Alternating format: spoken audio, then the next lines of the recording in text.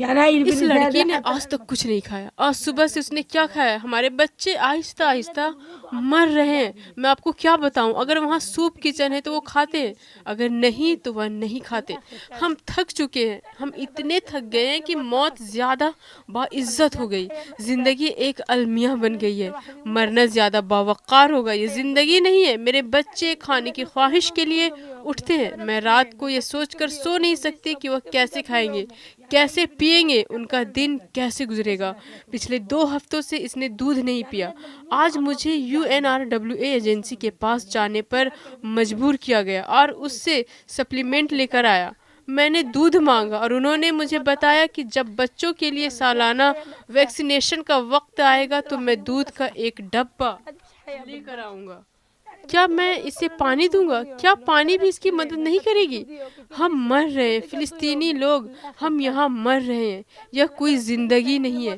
بچے مجھ سے چیزیں مانگتے ہیں اور میں انہیں وہ نہیں دے سکتی جو وہ چاہتے ہیں۔ وہ کم از کم مانگتے ہیں، یہاں تک کہ صرف روٹی۔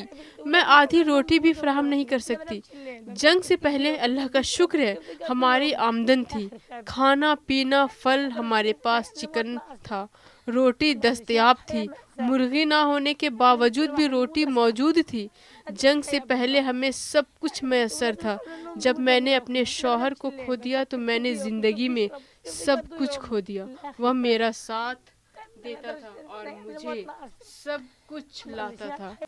اب میری مدد کرنے کے لیے کون بچا ہے؟ اب کوئی کسی کو نہیں دیکھتا۔ مجھے لگتا ہے کہ میں کھو گئی ہوں۔ گھر کا سربراہ چلا گیا ہے۔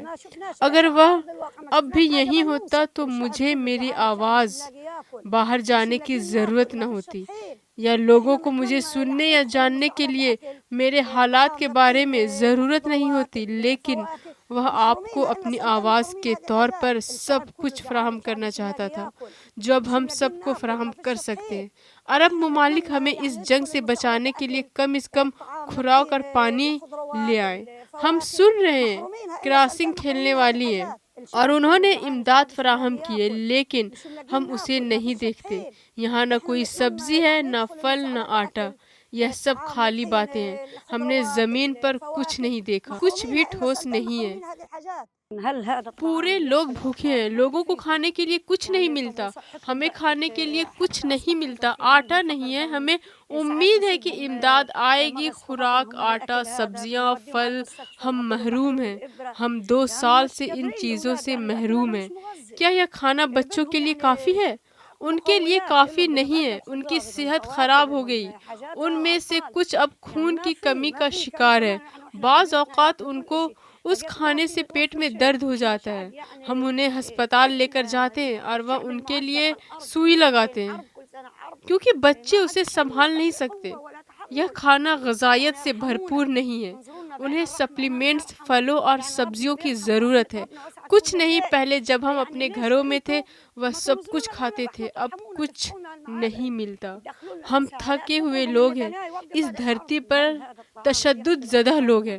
ہر 2 سال بعد ایک جنگ، ہر سال ایک جنگ۔ ہمارے پاس برداشت کرنے کی طاقت یا صلاحیت باقی نہیں رہی۔ ہم پر رحم کرو، ہمیں رحم کی نگاہ سے دیکھو۔ اللہ مہربان ہے۔ اللہ کی رحمت ہر چیز کو اپنی لپیٹ میں لے لیتی ہے۔ تو پھر تم ہماری طرف رحم کی نگاہ سے کیوں نہیں دیکھتے اور وزیر اعظم بنجارہ میں کراسنگ کھولتے ہیں؟ نتن یاہو اس جنگ کو روکے۔